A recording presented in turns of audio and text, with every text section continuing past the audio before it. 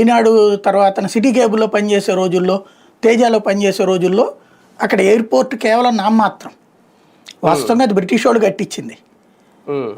Night landing facility ఉన్న ఏకైక airport అప్పుడు ఆంధ్రాలో, ఆంధ్ర ప్రాంతంలో. ఈవెన్ విశాఖపట్నానికి కూడా లేదు, హైదరాబాద్కి కూడా లేదు అప్పటికి నైట్ ల్యాండింగ్ ఫెసిలిటీ. దీనికి ఎప్పటి నుంచో నైట్ ల్యాండింగ్ ఫెసిలిటీ ఉంది, కాకపోతే ఎక్కే జనం లేరు కాబట్టి ఫ్లైట్లు తెప్పలా.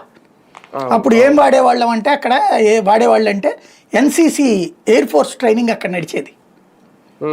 ఎందుకంటే నేను అదే గన్నవరం ఎయిర్పోర్ట్లో ఎన్సీసీ ట్రైనింగ్ దాని మీద స్టోరీలు చేసి గ్లైడర్ అంటారు కదా, ఇదేం లేకుండా ఒక పైకి సర్రమని తీసుకెళ్ళి వదిలేస్తారు గాలిలోకి.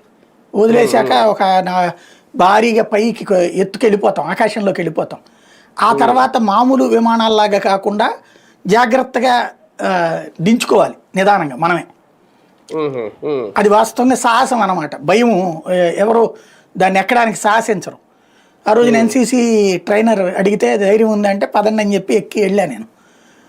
ఆయన అది డ్రైవింగ్ వచ్చు కాబట్టి ఆయన ఒక పక్కన డ్రైవ్ చేస్తే నేను వెనకాల కూర్చున్నాను అనమాట ఆ రోజున.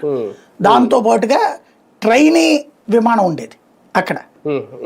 అక్కడ ఉన్నటువంటి ఒక షెడ్లో ఎన్సీసీ వాళ్ళ ట్రైనింగ్ విమానం ఉండేది. ఆ ట్రైనింగ్ విమానంలో నేను 4 సార్లు వెళ్ళా. అక్కడి నుంచి అలా హైదరాబాద్ దాకా తిరిగి వచ్చాం. అంటే దిగలా,